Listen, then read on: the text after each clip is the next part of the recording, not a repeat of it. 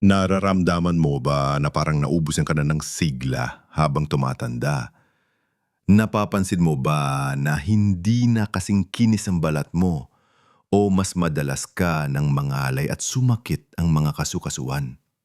Marahil, minsan ay nakakalimutan mo na rin ang mga simpleng bagay o parang ang bilis mong mapagod kahit sa kaunting lakad lang. Para bang ang bilis ng panahon at kasabay nito, parang humihina na rin ang ating katawan. Ang dati mong lakas at sigla, tila ba naglalaw na? Ang dating balat na makinis at malusog, tila nagiging tuyo at walang buhay. Normal lang na maramdaman ito habang tayo ay tumatanda. Pero paano kung sabihin ko sa iyo na may isang simpleng sikreto na matagal nang ginagamit ng ating mga ninuno na pwedeng makatulong para mabalik ang sigla at pakiramdam na parang bumabata ka ulit. Hindi ito mahika, mga kaibigan, kundi natural na paraan para suportahan ang ating katawan. Matagal nang pinatutunayan ng karanasan at ng bagong pag-aaral na may mga likas na sangkap na maaring magpabago ng iyong buhay. Sa video na ito, tatalakayin natin ang 5 kahangahangang langis na ayon sa mga eksperto at mismong karanasan ng marami ay may kakayahang bumalik ang iyong youthful glow, palakasin ang iyong memorya, pakinisin ang balat at bigyan ka ng mas maraming enerhiya para makasama ang iyong mga apo. Hindi ito isang mabilisang solusyon, ngunit ito ay mga natural na kasangkapan na makakatulong sa iyo na magkaroon ng mas masigla at masaya na buhay. Kaya naman, panatilihin ninyong manood hanggang sa dulo dahil may isang bagay akong ibubunyag na siguradong ikagugulat ninyo, isang lihim na maaring magpabago ng iyong pananaw sa pagtanda. Ngayon, simulan na natin ang ating paglalakbay sa mundo ng mga likas na kayamanan na pwedeng mapabata sa atin. Ang una natin tatalakayin ay isang langis na napakalapit sa puso nating mga Pilipino, ang langis ng niyog. Sino ba ang hindi nakakakilala sa niyog? Mula sa ating mga lola at lolo hanggang sa kasalukuyan, ang niyog ay bahagi na ng ating kultura, ng ating pagkain, at maging ng ating tradisyonal na panggagamot. Pero alam nyo ba na ang langis ng niyog, lalo na ang virgin coconut oil o VCO, ay hindi lang pampalasa sa ating mga ulam, kundi isang likas na pampabata. Maraming mga doktor at eksperto sa kalusugan ang nagsimula ng kilalanin ang potensyal ng langis ng niyog sa pagpapabata at pagpapaganda ng kalusugan ng mga nakatatanda. Kung dati ay tinitingnan lang natin ito bilang simpleng mantika, ngayon ay nakikita na itong isang superfood. Para sa balat, ang langis ng niyog ay parang isang natural na fountain of youth. Abang tayo ay tumatanda, ang balat natin ay madalas nagiging tuyo, kumukulubot, at nawawalan ng natural na ningning. Ang langis ng niyog ay mayaman sa fatty acids na madaling maabsorb ng balat. Kaya nagbibigay ito ng malalim na moisture na nagpapakinang at nagpapalambot sa balat. Subukan nyo, pagkatapos maligo, pahira ng konting langis ng niyog ang buong katawan habang basa pa. Mapapansin nyo na parang binubuhay nito ang inyong balat. Nakakatulong din ito para mawala ang mga tuyong parte ng katawan, tulad ng sa siko at tuhod.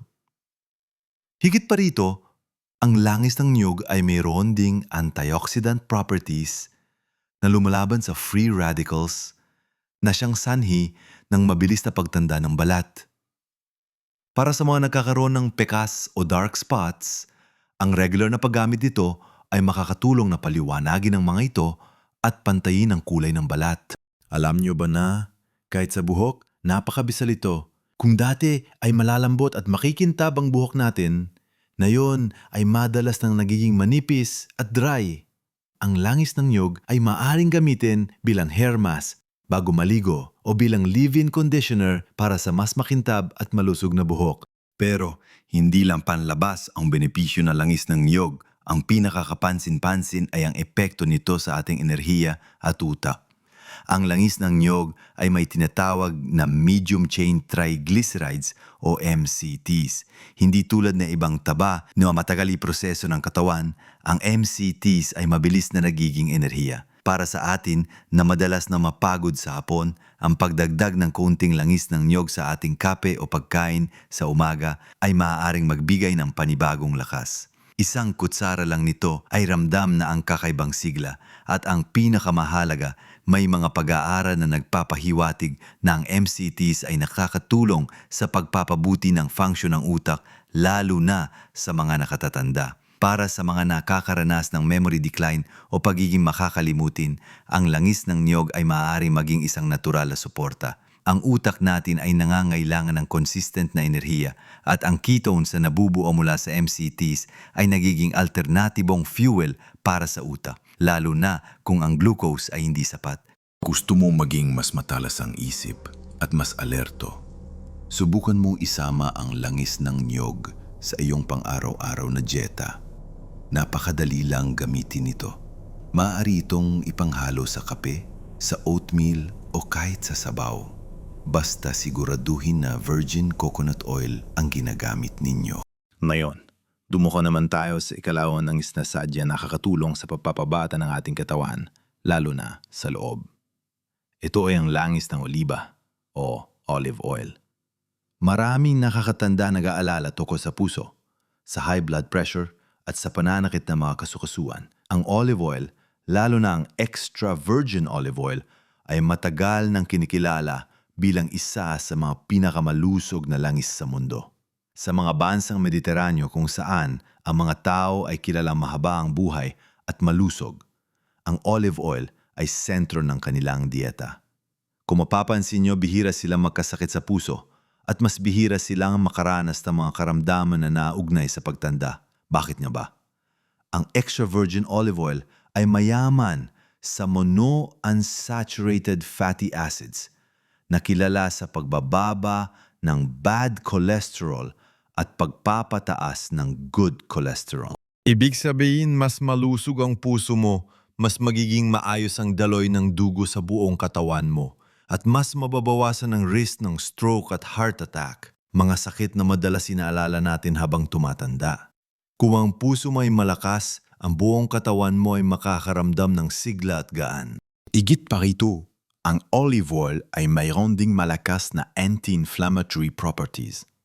Marami sa atin, habang tumatanda, ay nakakaranas ng pananakit ng mga kasukasuan dahil sa pamamaga, arthritis, rheuma at iba pang kondisyon ay nagiging bahagi ng ating araw-araw na buhay.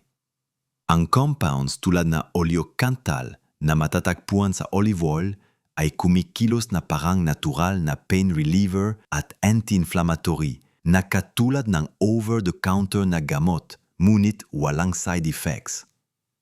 Ang regular na paggamit ng olive oil sa iyong lutuin o sa iyong salad ay makakatulong na mabawasan ang pamamaga sa loob ng iyong katawan, kaya't mas gagaan ang iyong pakiramdam at mas magiging maliksi ang iyong mga galaw. Isipin niyo, hindi mo na kailangang dumain sa sakit ng tuhod tuwing umaga. Isang simpleng pagpapalit ng mantika sa iyong kusina ay maaaring magdulot ng malaking pagbabago sa iyong buhay. Para sa balat naman, ang olive oil ay isa ring mahusay na moisturizer at mayaman sa antioxidants. Maaari itong gamitin sa balat para maiwasan ang dryness at mapanatili ang pagka-elastic ng balat na nakakatulong para mabawasan ang mga fine lines at wrinkles. Kaya hindi lang sa loob, kundi pati na rin sa labas, ang olive oil ay nagbibigay ng pakiramdam na parang bumabata ka. Ngayon na napag-usapan na natin ang kahalagahan ng langis ng niyog para sa enerhiya at utak at ng langis ng oliba para sa puso at pamamaga, dumako naman tayo sa susunod na langis na tunay na makakatulong sa inyo na maging mas malusog at mas bata ang pakiramdam. Ito ay ang langis ng isda o mas kilala bilang fish oil. Alam kong marami sa inyo ang pamilyar dito at marahil ay ginagamit na nga ito ng ilan. Pero alam niyo ba kung gaano talaga ito ka-powerful sa pagpapabata ng ating katawan, lalo na sa utak at kasukasuan. Ang fish oil ay saganang-sagana sa omega-3 fatty acids, partikular ang EPA at DHA. Ang mga fatty acids na ito ay itinuturing na essential dahil hindi ito kayang gawin ng ating katawan at kailangan natin itong makuha mula sa pagkain o supplements. Habang tayo ay tumatanda, ang ating utak ay unti-unting humihina at kasabay nito ang pagbaba ng ating memory at cognitive functions.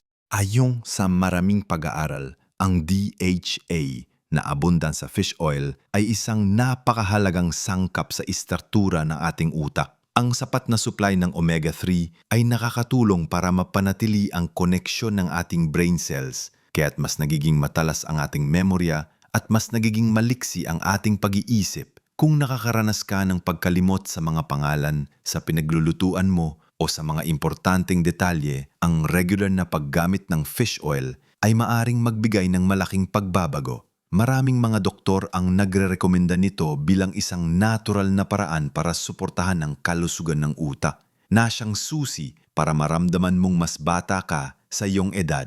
Ang pag-iisip ng malinaw at matalas ay isang malaking bahagi ng pakiramdam na mas bata at may kakayahan ka pa.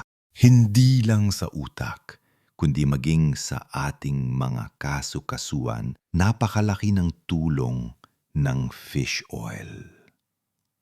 Kung tulad ko na nakakaranas ng pananakit ng tuhod, balikat o likod tuwing umaga, alam mo kung gaano ito kahirap. Ang omega-3 fatty acids sa fish oil ay mayroong malakas na anti-inflammatory properties. Mas malakas pa kaysa sa karaniwang olive oil pagdating sa pamamaga ng kasukasuan. Ito ay nakakatulong na mabawasan ang pamamaga na sanhi ng arthritis at iba pang joint pains. Maraming mga nakatatanda ang nagpatunay na ang regular na paggamit ng fish oil ay nakakabawas ng sakit at paninigas ng kasukasuan, kaya't mas nagiging maliksi at mas gumagaan ang kanilang mga galaw. Isipin nyo na lang, mas madali na ulit kang makakabangon sa umaga. Mas makakagalaw ka ng malaya at mas makakasama sa mga lakad o simpleng laro ng iyong mga apo nang walang iniindang sakit. Bukod pa rito, ang fish oil ay napakaganda rin para sa kalusugan ng puso. Nakakatulong ito para mapanatili ang regular na tibok ng puso, mapababa ang blood pressure at mabawasan ang pagbuo ng plaque sa arteries na siyang sani ng heart disease. Para sa atin na may edad na, ang pagkakaroon ng malusog na puso ay napakahalaga upang mas marami pa tayong panahong makasama ang ating mga mahal sa buhay. Mahalaga na pumili ng mataas na kalidad na fish oil supplements na walang mercury at sumunod sa tamang dosage na inirekomenda. Ang fish oil ay hindi lang para sa mga may sakit, kundi para sa mga gusto mapanatili ang kanilang kabataan sa loob at lababas. Ngayon, dumako naman tayo sa pangapat na langis na maaring hindi pa ganong kilala ng marami. Ngunit may napakalaking benepisyo para sa ating kalusugan at pagpapabata. Ito ay ang malunggay oil o moringa oil. Kilala natin mga Pilipino ang malunggay bilang miracle tree dahil sa dami ng sustansya nito. Ang malunggay ay siksik sa bitamina, mineral at antioxidants. Ngunit, alam niyo ba na ang langis na galing sa buto ng malunggay ay isa ring powerhouse ng nutrisyon at pagpapaganda? Ang malunggay oil ay matagal nang ginagamit sa tradisyonal na panggagamot sa Asya at Africa para sa iba't ibang kondisyon. Para sa balat, ang malunggay oil ay isang tunay na elixir. Ito ay mayaman sa antioxidants tulad ng vitamin E at C na lumalaban sa free radicals na siyang sanhi ng mabilis na pagtanda ng balat tulad ng wrinkles at fine lines.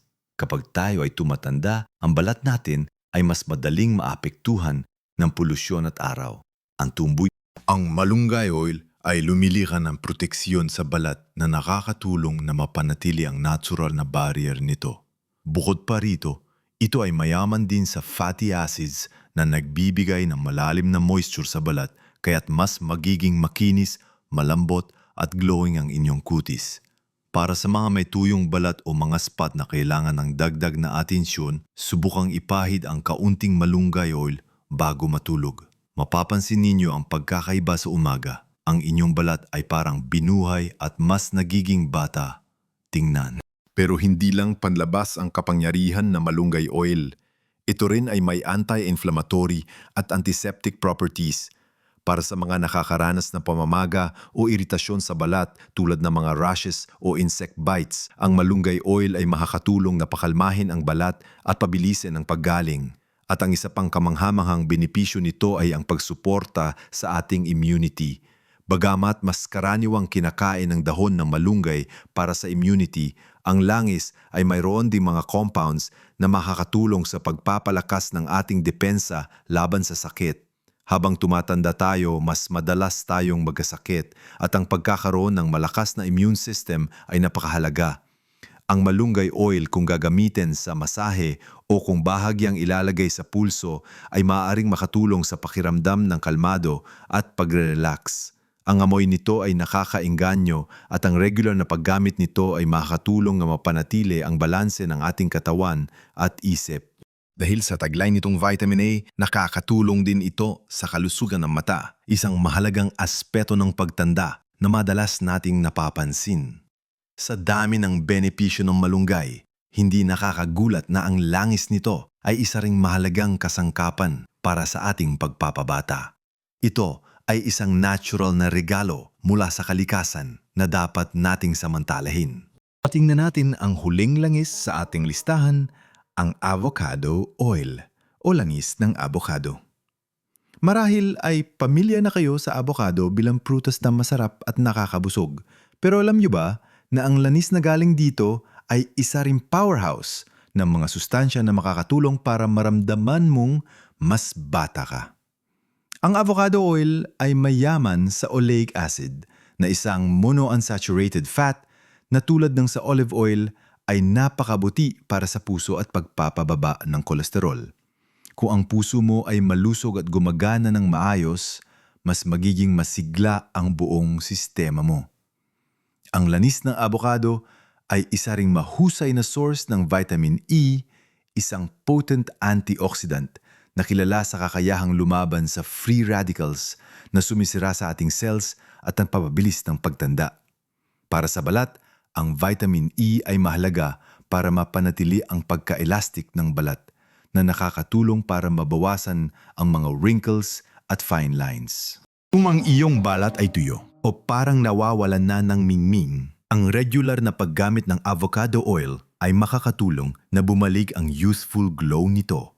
Maaari itong ipahid direkta sa balat bilang moisturizer o ihalo sa inyong daily lotion para sa dagdag na benepisyo. Mas magiging malambot, makinis, at buhay na buhay ang inyong kutis. Hindi lang sa balat, kundi pati na rin sa loob ng ating katawan, malaki ang tulong ng avocado oil.